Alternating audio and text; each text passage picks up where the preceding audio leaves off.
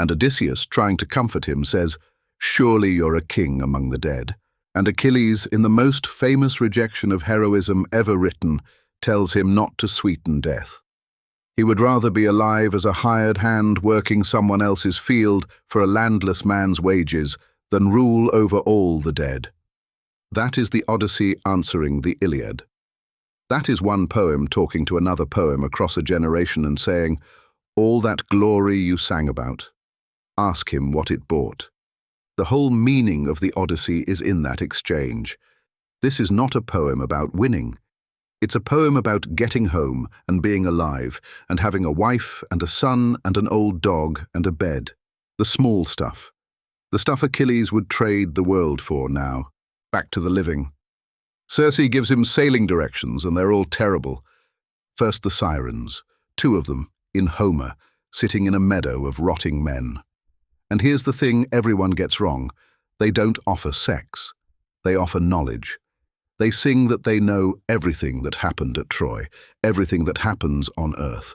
They are the promise that you will finally understand. For a man like Odysseus, that is the perfect trap. So he plugs his crew's ears with wax and has them tie him to the mast because he wants to hear it. He wants both. He wants to have the experience and survive it. And when the song comes, he thrashes and begs and orders them to release him, and they, deaf, tie the ropes tighter. Then the strait. On one side, Charybdis, a whirlpool that swallows the sea 3 times a day. On the other, a cliff, and in a cave in that cliff, Scylla. 6 heads on 6 long necks, each with 3 rows of teeth. And Circe has told him the arithmetic. Charybdis takes the whole ship. Scylla takes 6 men. So he steers towards Scylla.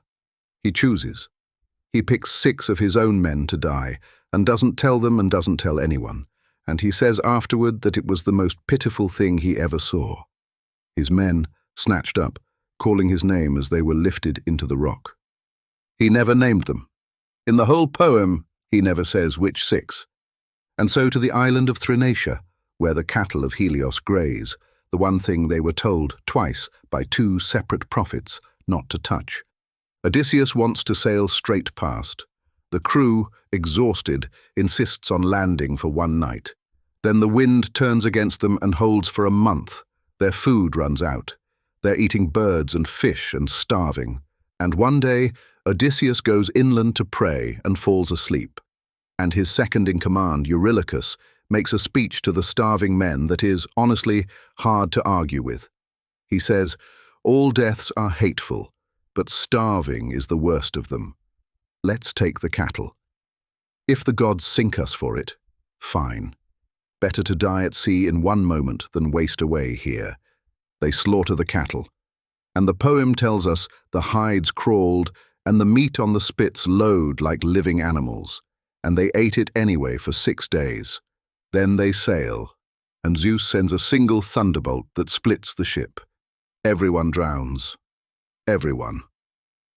Odysseus lashes the mast and keel together and rides the wreckage, and the current carries him back to Charybdis, and he survives the whirlpool by grabbing a fig tree growing out of the rock and hanging there like a bat, he says, until the water spits his mast back up, and he drops onto it and paddles away with his hands. 9 days later, he washes up on an island. Alone. Completely alone for the first time in 20 years. The prophecy has come true, exactly as spoken. Late, broken, alone. The island is Ogygia, and it belongs to a goddess named Calypso, a name built on the Greek verb meaning to hide, to conceal, to cover over. She keeps him for 7 years. 7. That's the longest single stretch of the entire journey, longer than all the monsters put together, and there's no drama in it, which is exactly why it's devastating. The poem's largest span of time is a man sitting on a beach doing nothing. That's what the poem actually looks like when we finally meet Odysseus for the first time, because here's a structural thing worth knowing. The Odyssey does not begin at Troy. It begins here, in year 20, and the entire journey I've just told you is a flashback, told by Odysseus himself at a dinner party. The poem starts in medias res, in the middle of things, and when we first lay eyes on our hero, He is not fighting anything. He is sitting on the shore, crying, looking at the water. Calypso offers him a deal. Stay with me, and I will make you immortal. You will never grow old. You will never die. Understand what is on the table. Every other figure in Greek myth wants this. This is the thing that cannot be bought, and it's offered freely by a beautiful goddess on a paradise island forever. He says no, and Calypso is baffled and slightly insulted and asks the obvious question, "Your wife? Really? I'm a goddess. I am objectively more beautiful." And Odysseus, carefully because he's still a diplomat, agrees with her. He says, "You're right. She's mortal. She'll age. She can't compare to you." And then he says, "I want to go home anyway." That's the answer to the whole poem, not "you're wrong." He grants the entire argument and refuses the offer regardless, because home is not a claim about quality. It's not a competition Penelope could lose. It's just his. He takes mortality over eternity because immortality would mean never seeing Ithaca again. He chooses to die, on the condition that he gets to die at home. Athena finally raises this at a council of the gods. Poseidon is conveniently away, and Zeus sends Hermes to order Calypso to release him. She does it furiously, complaining that the gods can't stand goddesses having mortal lovers, and she has a point. But she also gives him tools and timber and food and sailing directions, and cries when he leaves. He builds a raft himself, alone, over 4 days. Poseidon spots him on the water and smashes it, obviously. Odysseus swims for 2 days and is thrown, naked and skinless from the salt and the rocks, onto another shore, where he crawls under a pile of olive leaves like an ember buried in ash to keep alive till morning. He's woken by girls laughing. A princess named Nausicaa has come to the river mouth to do the palace laundry, and they've been playing ball, and the ball's gone in the water. And a naked, salt-crusted, bleeding stranger comes out of the bushes. Every girl runs except her. The scene that follows is one of the most charming things in ancient literature. Odysseus, calculating even now, should I grab her knees in supplication? No, she'll be terrified, stands back and delivers a speech of such elaborate, gorgeous flattery that you can practically hear him building it in real time. Are you a goddess? Because you look like a goddess. Blessed is the man who marries you.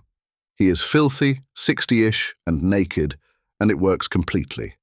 She gives him clothes, food, and precise political advice on how to approach her parents. And then, this is the part that gets me, she says quietly, that she hopes she'll marry a man like him one day, and nothing comes of it. The poem lets her have the thought, and then moves on, and she disappears from the story. There is a whole novel in that silence. The Phaeacians are the last stop. A magical, gentle, seafaring people whose ships need no rudders. They host him without asking his name, which is proper. That's the code of Xenia, guest friendship, the most sacred rule in this world. Feed the stranger first, ask later. And at the feast, a blind bard named Demodocus stands up to sing. And what he sings is the fall of Troy, the wooden horse, the exploits of the great Odysseus, and the guest at the table pulls his cloak over his head and weeps. Homer then does something extraordinary. He describes the crying with a simile. Odysseus weeps like a woman who throws herself on the body of her husband, killed defending his city, a woman who is being beaten across the back with spear shafts and dragged away into slavery. He compares the conqueror of Troy to the women of Troy. The man who invented the horse is crying like his own victims. Homer knew exactly what he was doing. The king sees the tears and asks who he is. And he answers. The first time in the poem he says it freely. I am Odysseus, son of Laertes, and my home is Ithaca. Then he tells the whole story I've just told you. Cyclops, Circe, the dead, all of it. 4 books of it, the greatest after-dinner speech ever recorded, and the Phaeacians, moved, load him with treasure and sail him home while he sleeps. And they carry him ashore, still sleeping, and lay him on the sand of Ithaca with the gifts stacked beside him. He arrives home unconscious. After 20 years, he doesn't even see it happen. Poseidon, incidentally, punishes the Phaeacians for the favor by turning their ship to stone in sight of their own harbor. There is no rule in this poem that being kind protects you. Now let's talk about what's been happening at home, because the poem has been cutting back to it all along. Ithaca has no king. It has had no king for 20 years, and into that vacuum have come the suitors. 108 young noblemen from Ithaca and the surrounding islands have moved into Odysseus's house. They are there ostensibly to court Penelope, a widow, presumably, and whoever marries her plausibly gets the kingship. But mostly, they are there to eat. They slaughter his pigs and cattle daily,